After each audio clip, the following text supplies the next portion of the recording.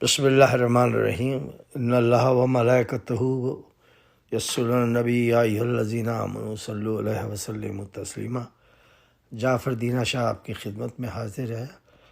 رمضان کی خیر و برکت جاری ہے اور مجھے امید ہے کہ آپ اس سے فائدہ اٹھا رہے ہوں گے۔ اور میں نے جیسا کہ وعدہ کیا تھا، پہلے یہ بتا دوں کہ یہ میرا کالم نمبر 10 ہے جو میں نے رمضان کے سلسلے میں شروع کیا تھا، اور یہ جاری رہے گا ٹل دی اینڈ آف دی رمضان انشاءاللہ۔ میں نے آپ سے وعدہ کیا تھا کہ یہ جو آج کا کالم ہے، جو کالم نمبر 10 ہے، اس میں میں قضا نمازوں کے سلسلے میں ایک گزارش کروں گا۔ اگر آپ نے اس کو کیا تو انشاءاللہ آپ کو بہت فائدہ ہوگا۔ یہ ان مرحومین کے لیے بھی کر سکتے ہیں آپ جو اس دنیا میں نہیں رہے، چلے گئے۔ اللہ مولا ان کی بھی نمازیں قضا ہوں گی، یا آپ کو پتہ ہے یا نہیں پتہ، بہرحال یہ دونوں شکل میں آپ اس کو کر سکتے ہیں۔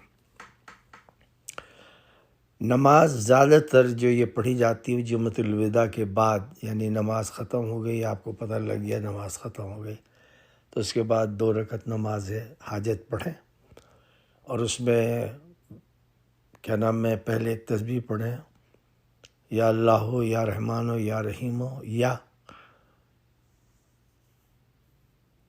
اللہ اکبر، سبحان اللہ، الحمدللہ، ان میں سے کوئی بھی تسبیح آپ پڑھ سکتے ہیں۔ دل چاہے تو دونوں پڑھ لیں، یہ آپ کے اوپر ہے۔ اس کے بعد سورہ فاتحہ پڑھیں۔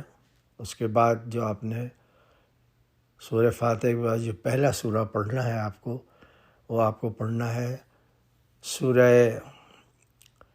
کوثر 12 دفعہ۔ اس کے بعد دوسرا سورہ انا انزلنا فی لیلۃ القدر۔ اس کے بعد آپ رکوع میں گئے، سجدے میں گئے، دوبارہ کھڑے ہوئے دوسری رکعت کے لیے، تو اس میں وہی الحمد شریف، اور اس کے بعد آپ 12 دفعہ سورہ اخلاص پڑھیں گے۔ اس کے بعد 12 دفعہ سورہ کوثر۔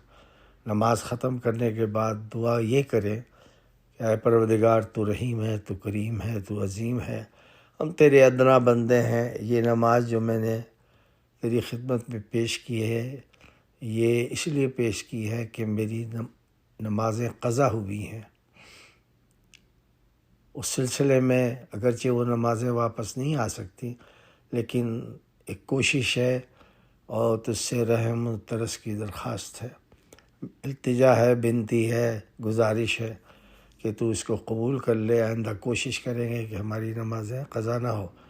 اور اگر آپ کسی مرے ہوئے انسان کے لیے پڑھنی ہے، مرحوم کے لیے، تو اس کا نام لیں کہ مجھے نہیں پتہ اس کی نمازیں کتنی قضا ہوئی ہیں۔ بہرحال قضا ضرور ہوئی ہوں گی، ہم انسان جو ہوئے، اور جو ماحول ہے آج کل کا افراتفری کا، تو اس میں وقت نہیں ملتا، تو ان کی مغفرت کے سلسلے میں یہ قبول کر لے اور ان پہ رحم فرما، ان کی بخشش کر دینا۔ اور اس کے بعد آپ یہ التجا ختم کرنے کے بعد سجدے میں جائیں اور 1 دفعہ انا انزلنا پڑھیں اور اللہ کا شکر ادا کریں، اس سے رحم کی اپیل کریں۔ تو یہ سب کرنے کے بعد یہ ختم ہو گیا، ٹھیک ہے۔ اللہ اکبر کہہ کے سجدے میں گر کے آپ یہ دعا کر دیں کہ یا اللہ تو میری اس گزارش کو تسلیم کر لے۔ یہ زیادہ تر یہ پڑھی جاتی ہے جمعۃ الوداع کے دن، لیکن فرض کیجئے آپ نہیں پڑھ سکے کسی وجہ سے، تو جمعۃ الوداع کے دوسرے دن پڑھ لیں، یعنی رمضان ختم ہونے تک آپ یہ پڑھ سکتے ہیں۔ اور فرض کی اس میں بھی موقع نہیں ملے تو ہر جو چاند نکلتا ہے تو اس کا پہلے جمعے میں آپ یہ پڑھ سکتے ہیں، اور ہر جمعے پڑھ سکتے ہیں، کسی کے لیے پڑھ سکتے ہیں، اپنے لیے پڑھ سکتے ہیں۔ مجھے یقین ہے، امید ہے اللہ سے کہ وہ آپ کے پر رحم کرے گا، کیونکہ وہ رحم کرنے والا ہے، اور آپ کی یہ نماز قضا نمازوں کی جگہ قبول ہو جائے گی۔ آمین ثم آمین۔ اب دوسرا وظیفہ جو ہے وہ ہے، کسی نے شادی کے لیے کہا ہے، تو وہ بھی میں آپ کو بتاتا ہوں۔ 2 رکعت نماز حاجت پڑھیں، اور 1 دفعہ سورہ فاتحہ، اس سے پہلے ایک تسبیح پڑھیں، یا اللہ ہو یا رحمان ہو یا رحیم ہو، اس کے بعد سورہ فاتحہ 1 دفعہ اور سورہ کوثر 21 دفعہ، اور سجدے میں جائیں۔ اسی طرح رکوع سجود، پھر اٹھیں تو دوسری رکعت میں آپ پڑھیں کیا نام ہے سورہ فاتحہ، اور 21 دفعہ آپ پڑھیں گے سورہ اخلاص، اور 21 دفعہ آپ پڑھیں گے سورہ کوثر۔ اس کے بعد نماز ختم کرنے کے بعد آپ اس لڑکی کا نام، لڑکے کا نام، یا جس کی شادی آپ چاہتی ہیں کہ آپ کہیں یا اللہ تو رحم کر دے، اچھا رشتہ، نیک، یہ وغیرہ وغیرہ جو آپ چاہتے ہیں اس میں کر کے اسے قبول کر لے، اور اس بچے کا جلد از جلد نکاح شادی جو بھی ہے ہو جائے، ان کا گھر بس جائے، کامیاب ہو، یہ ہے وہ ہے۔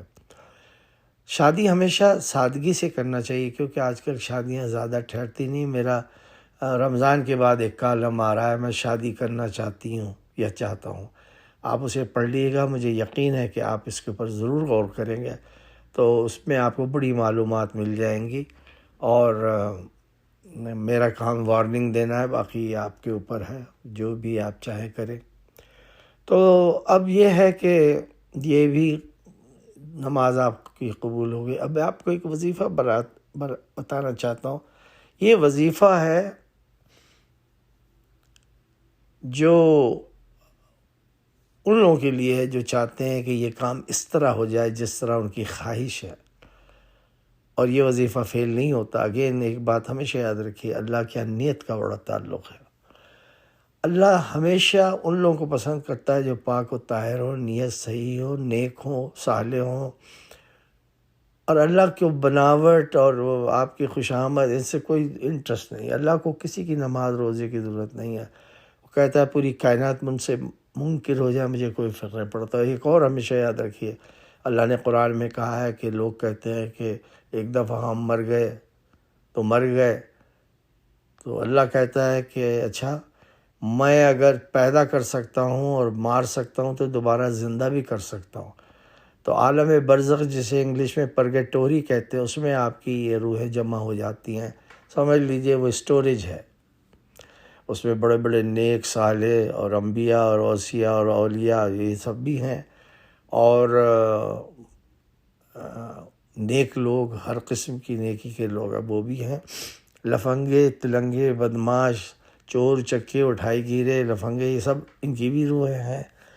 اللہ نے کہا ہے کہ میں نے ان سب کو ان کے مقامات پہ رکھا ہے، اور میں انہیں اٹھاؤں گا دوبارہ، یعنی زندہ کروں گا۔ ایک پتہ نہیں کسی اس کا ہے کیا نام ہے قصہ انبیاء کا، کہ وہ سو گئے، اللہ نے ان کو سلا دیا، تو جب اٹھے تو انہوں نے کہا کہ تم کتنے دن سوئے؟ تو انہوں نے کہا یہ 2-4 دن۔ انہوں نے کہا نہیں، تو وہ 100 ایئر سوئے۔ سو پھر انہوں نے دیکھی کہ ہڈیاں پڑی ہوئی ہیں۔ انہوں نے کہا تمہیں پتہ یہ کیا ہے؟ سکے بھی بدل گئے تھے اس وقت، جو سکے انہیں ملے تھے جب وہ لے کے بازار گئے، تو انہوں نے کہا یہ کیا ہے؟ تو انہوں نے کہا یہ سکے۔ تو انہوں نے کہا ایک دوسرے سے پوچھنے کے بعد یہ کہتے ہیں 100 ایئر اگو کے سکے کہاں سے ملے تمہیں؟ پھر ایک گدھا تھا جو مر گیا تھا، تو اللہ نے کہا یہ گدھے کو مرے ہوئے اتنے سال ہو گئے، ابھی میں اس کو زندہ کرتا ہوں، 1 منٹ میں زندہ ہو گیا۔ اس کہنے کا مطلب صرف یہ ہے کہ اللہ تعالیٰ کی ذات ایسی ہے کہ وہ جو چاہے کر لے، اس کو کوئی روک ٹوک نہیں ہے۔ وہ کوئی بالکل اس طرح جیسے آج لفنگے، تلنگے، چور چکے ہماری حکومت میں جو دل چاہے کر رہا ہے، کوئی پوچھنے والا نہیں، سب بغیرتوں کی طرح، بتوں کی طرح، خوش آمدیوں کی طرح چپ ہے۔ تو کہنے کا مطلب یہ ہے کہ یہ چیز ہمیشہ یاد رکھیے کہ اللہ بزرگ ہے، بزرگیدہ اس کی حیثیت ہے، وہ پورے جہان کا 7 آسمان 7 جہان کا مالک، اور ہمارے نبی بھی 7 جہان اور 7 آسمان کے رحمت العالمین ہیں۔ ہمیں سوچنا چاہیے کہ ہمارا کتنا گندا کردار ہے۔ ہم لوگ چور چکے مشہور ہیں، بہانے باز، دھوکے باز، فراڈیے، یہ ہم مشہور ہیں پوری دنیا میں۔ تو بہرحال میں ختم کرتا ہوں، آگے بتاتا ہوں کہ یہ وظیفہ ہے سورہ کیا نام ہے بقرہ کی آیت ہے 117 یہ 114 ٹائم آپ پڑھیں گے. 2 رکعت نماز حاجت پڑھیں گے، اس میں 1 دفعہ سورہ فاتحہ اور 3 دفعہ سورہ کوثر، اور دوسری رکعت میں 1 دفعہ سورہ فاتحہ اور 3 دفعہ سورہ اخلاص. یہ پڑھ کے نماز کو ختم کر کے آپ یہ وظیفہ کریں. 114 دفعہ یہ آیت پڑھاں. ختم کرنے سے پہلے آپ یہ جب نماز ختم ہو جائے تو یہ وظیفہ شروع کریں.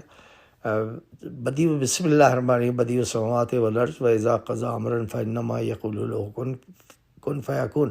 اللہ کہتا ہے کہ میں زمین و آسمان کا مالک ہوں. میں بھی جب کچھ چاہتا ہوں تو پہلے ارادہ کرتا ہوں، پھر کہتا ہوں کن فیکون. کن فیکون سورہ یاسین میں بھی آیا، کئی دفعہ میں نے اب نوٹ کیا تھا، یاد نہیں. تو بہرحال یہ ہے کہ اللہ کن فیکون کا مالک ہے. تو آپ کو یہ سمجھنا چاہیے کہ ہمارے پاس تو یہ طاقت ہے نہیں، نہ ہوگی.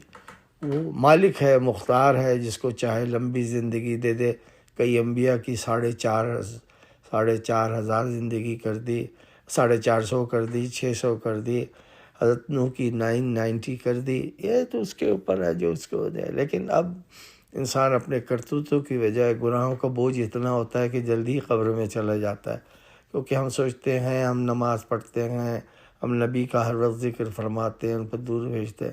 ان سب چیزوں میں کوئی جان نہیں ہے جب تک کہ انسان کا عمل نہ اچھا. اور کہا ہے علامہ اقبال نے کہ عمل سے زندگی بنتی ہے جنت بھی، جہنم بھی. یہ خاکی اپنی فطرت میں نہ نوری ہے نہ ناری ہے.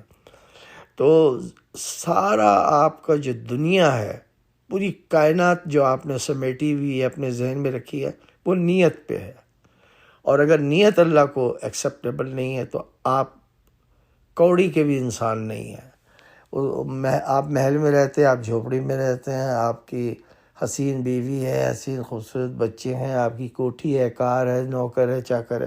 اللہ کہتا ہے کہ یہ دنیا میں جو تمہیں ملتا ہے یہ رکھ لو، لیکن آخرت میں ہی تمہارے کام نہیں آئے گا. چلیے، اب یہ وظیفہ جو ہے میں نے آپ کو بتا دیا 114 دفعہ ہے. اس کو پڑھنے کے بعد آپ جو دعا کریں گے وہ یہ کریں گے. جیسے فرض کیجئے آپ کسی لڑکی سے تمنا کرتے ہیں شادی کی، یا کوئی لڑکی لڑکے کی تمنا کرتی ہے کہ اس سے شادی ہو جائے، یا جہاں میں نے رشتہ دیا ہے وہ قبول ہو جائے، جہاں میں نے اپلیکیشن دی ہے وہ منظور ہو جائے، جاب کے سلسلے میں یا کسی اور سلسلے میں، یونیورسٹی میں میرا فلاں داخلہ ہو جائے، فلاں میرا دوست بن جائے، فلاں جو میرا مقدمہ ہے وہ اس طرح حل ہو جائے. اور گورنمنٹ سے کوئی لیٹر ایکسپیکٹڈ ہے تو آپ کہیں کہ یہ جو لیٹر ہے اس کو میں ایکسپیکٹ کر رہا ہوں، یا اللہ تو رحم کر دے اور لیٹر مجھے مل جائے.